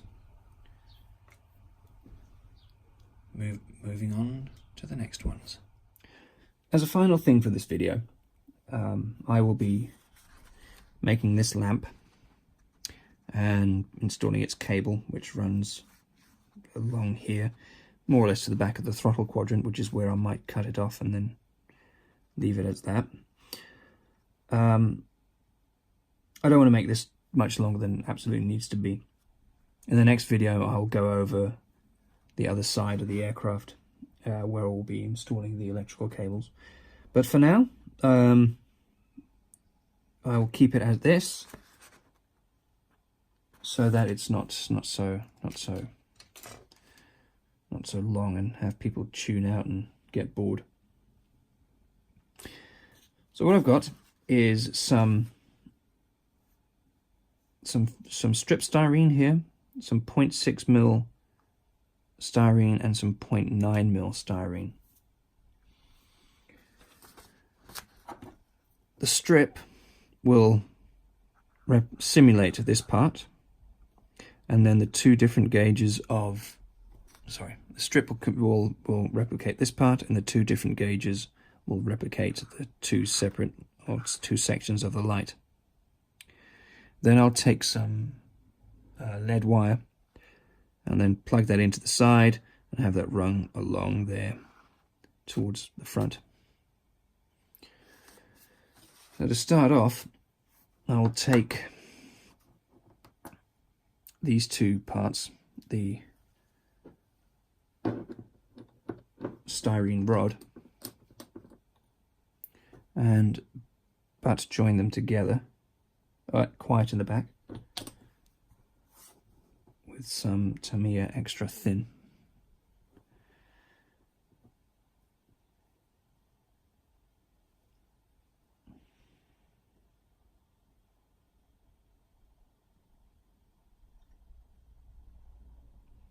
I'll set that aside so it can set.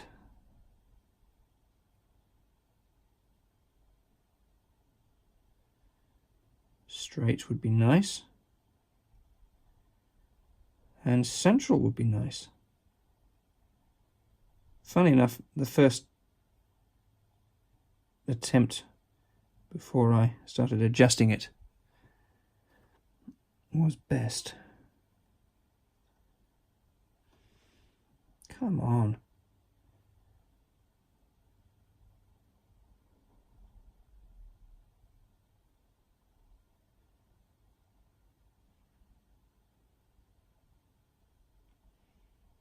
Let's just 3D print these as well. Much easier.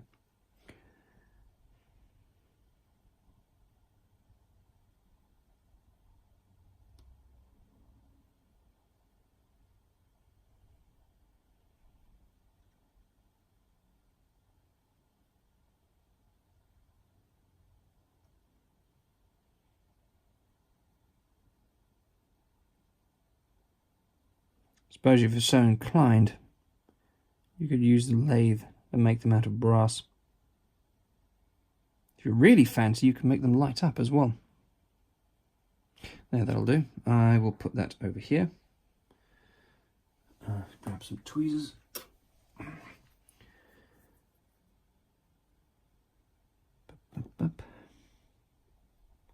I can readjust that at a later point.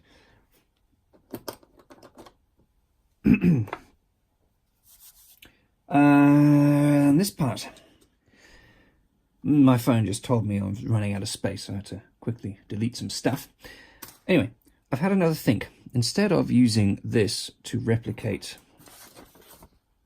this part, what I'm going to do is reuse some of the photo-etch material, specifically this piece here, which is part of the seatbelt, so I'm not going to use. Let's zoom into that.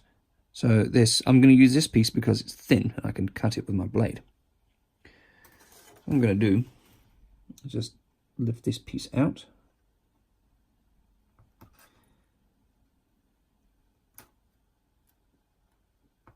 Set the rest aside. I don't need that. And looking at this, it's essentially a small rectangular box with a chamfer on it. It looks to be roughly about the third of the width between there, which, if my maths are correct, would be about 1.5 mil long. I'm just going to eyeball this, to be honest. I'm just going to cut this down to about the correct width. Probably use scissors, but I don't have any to hand. Size it to be really, really tiny.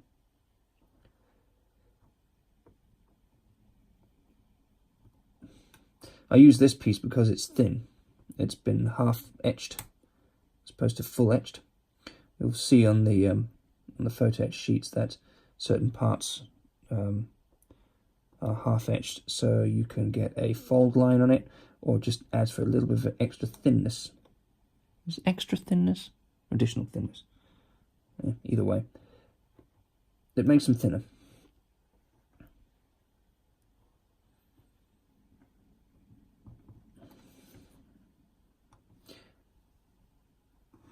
Doesn't make it easier to cut, though.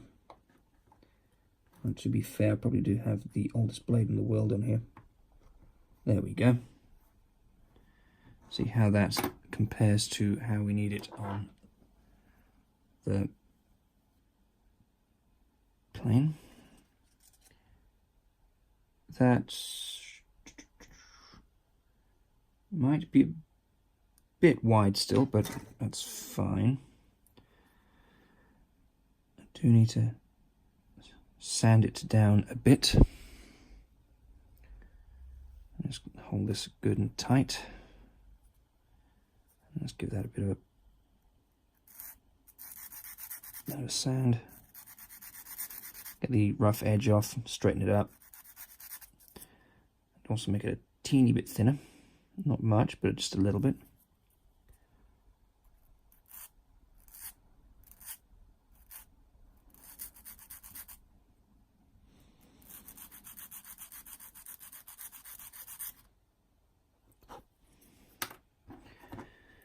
There. Then I will cut a 45 onto it, part way down, or 45-ish. There.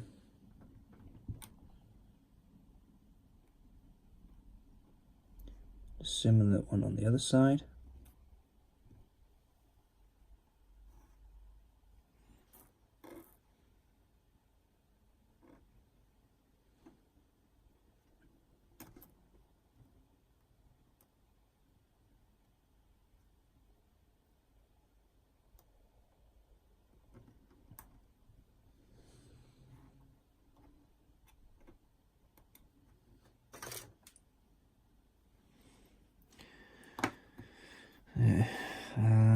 Tweezers.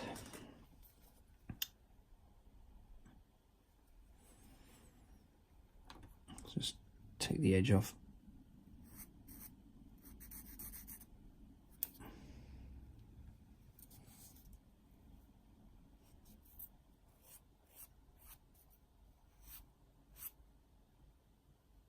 That is thin. Right, and just what I'll do is to make sure it's nice and flat, to just crush it between these.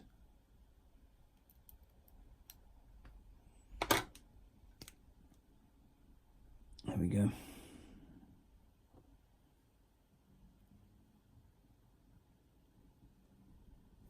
Right. Then, where's my tool?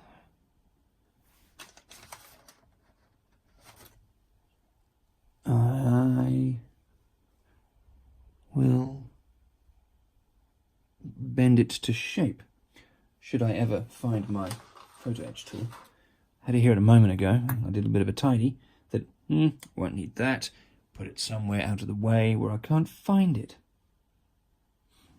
I swear to God, half of these videos is going to be me just looking for stuff I had a moment ago. Oh, here we go. There. Which is the appropriate one to use? None of them really. So what I'm going to do is just wedge it in there and fold it over. Let's see if it's see if it's any use to do it this way. Otherwise, I'll just fold it with the tweezers.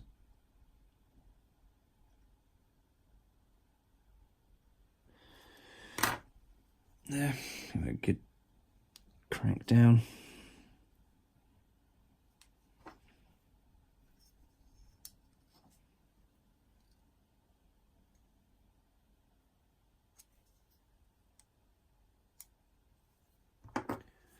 Go. On the other side.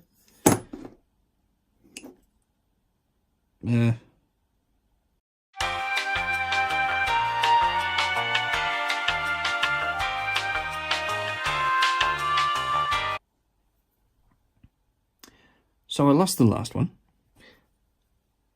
but I've made a new one, and as you can see, it is pretty tiny. So that's I'm just gonna install that on the airframe with a teeny dab of glue. I'm gonna there we go.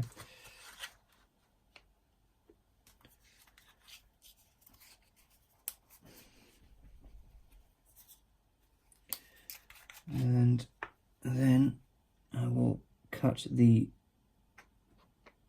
light to size, and we can start looking at installing them together. Yeah. So let's get the correct position. So it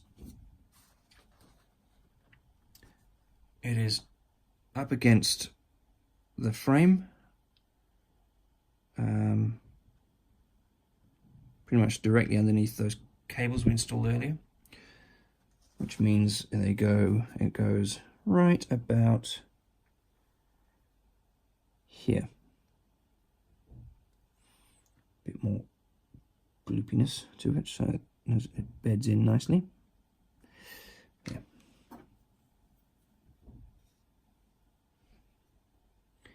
Now launch this damn thing across the room, never to be seen again. If you could hold your breath for me as well, that would be much appreciated.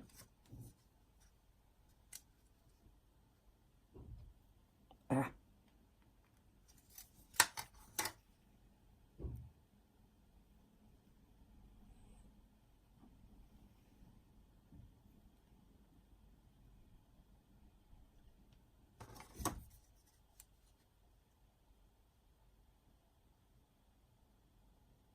Ugh, there we go. That was far more of a fight than it really should have been.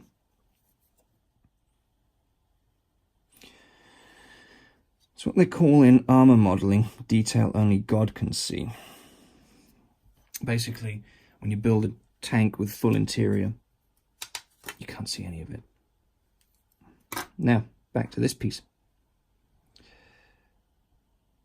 I'm going to do, just bend that a little bit there, is cut it about 1 mil or 1 diameter width here, and then 1.5 width there. So it'll be about, whoops, so I'm going to go 1 width about here and then 1.5 there, so it'll be about that long in total.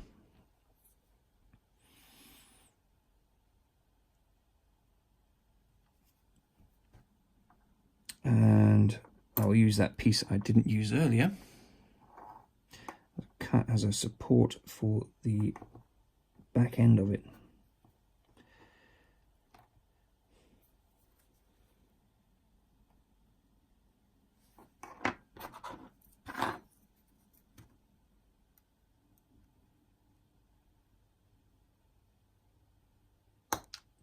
Twing.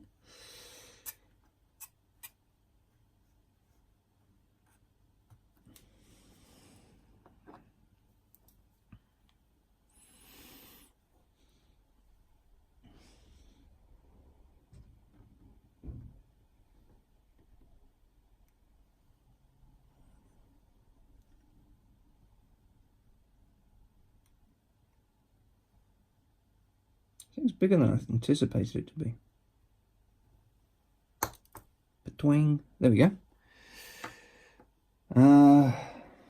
That's bigger than I thought it was going to be, and that's smaller than I thought it was going to be. I'm not making another one. Let me cut a small triangle off of here, which is what the light will mount onto.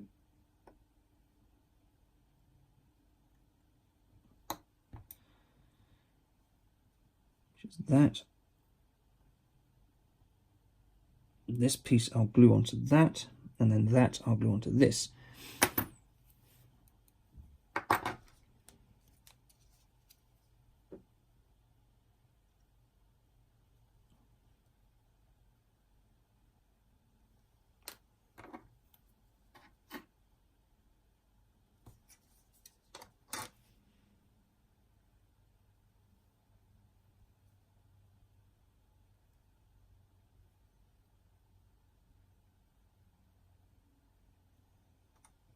Mounted at a jaunty angle.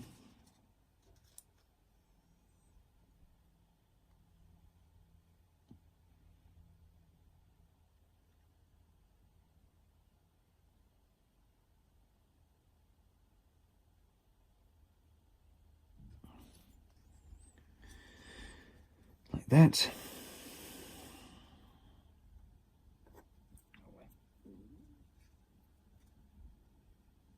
This will sit on there as such. It's nice fried gold.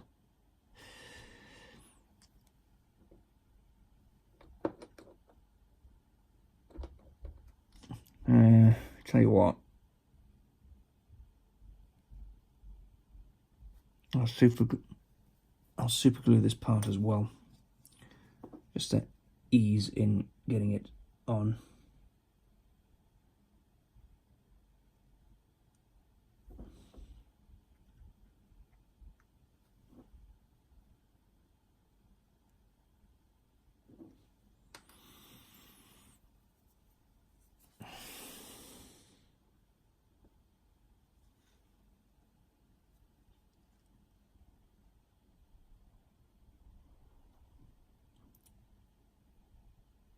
Ease, he said.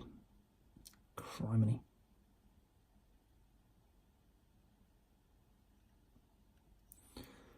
There we go. Ah, that wasn't a battle.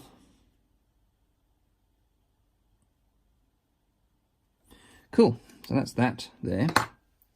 See what it looks like with the side console in place, or whatever you want to call it.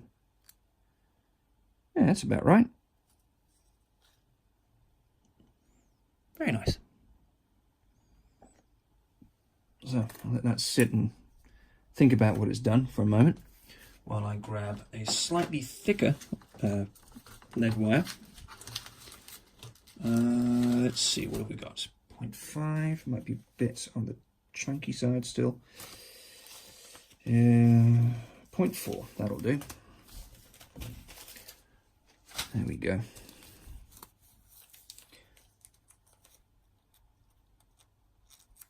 So looking at it, as I said, it goes from underneath it all the way around to the back of the throttle quadrant, which is fine, because it means I don't have to run it all the way through to the front.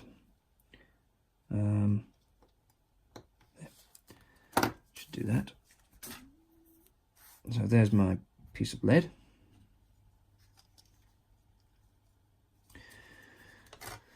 Some fresh glue.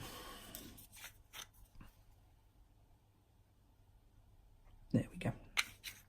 Splooge.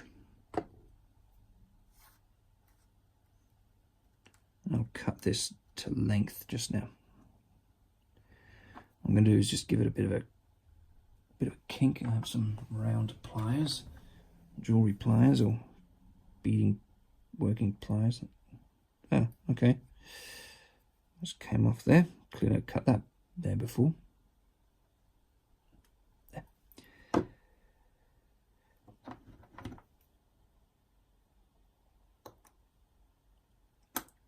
There we go.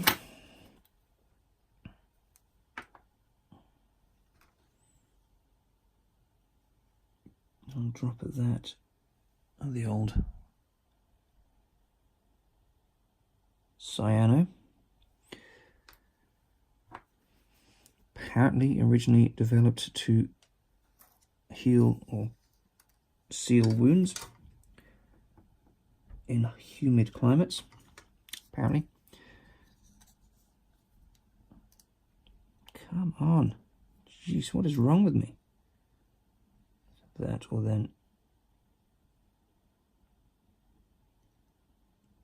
obviously not stick at all because reasons. Come on. There. Should do it.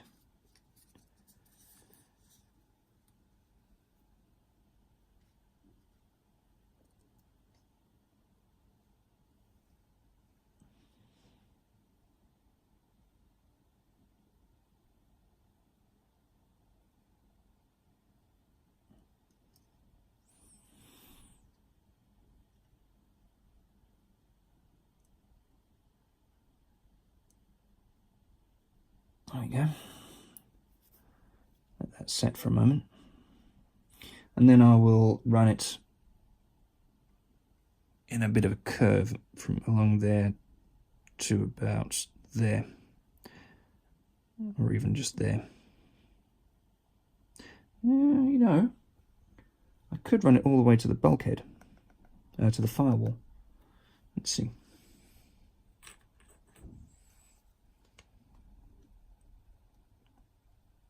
Yeah, I'll run it to just underneath there, because then it'll disappear underneath here, which is quite nice.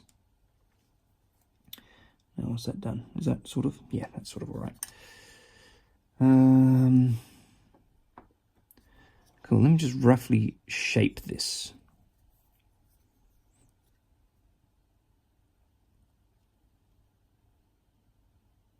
I don't put too much pressure on it. I want to keep it nice and curved and more or less following the bottom of the ribs here, and fairly low.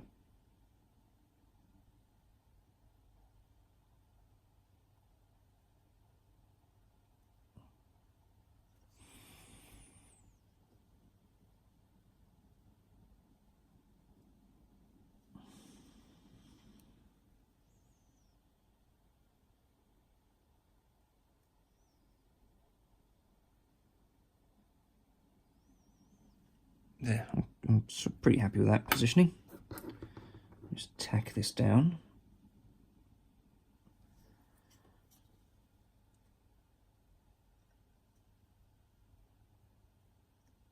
There.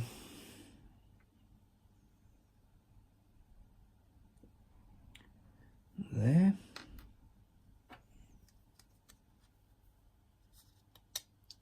Great. Just noticed that when I dropped this, I got some super glue on it. That's fine. It's on the outside of the hull, the fuselage hull.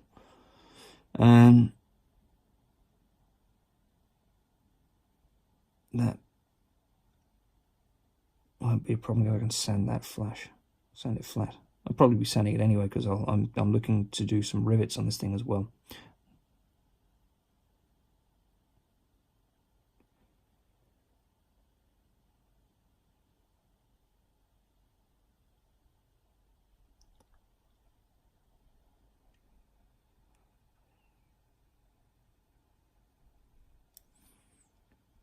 There we go.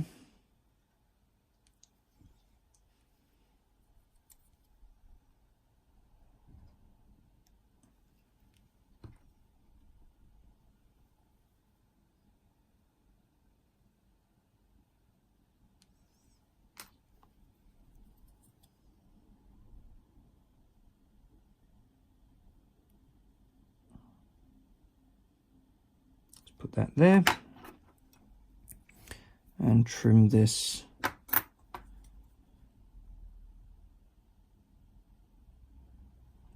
in line with this rib, stringer rather. There. Cool. That was that. So this is going to go on here like so. That's nice. It sort of has the appearance of disappearing underneath that console, underneath that corner of the instrument panel.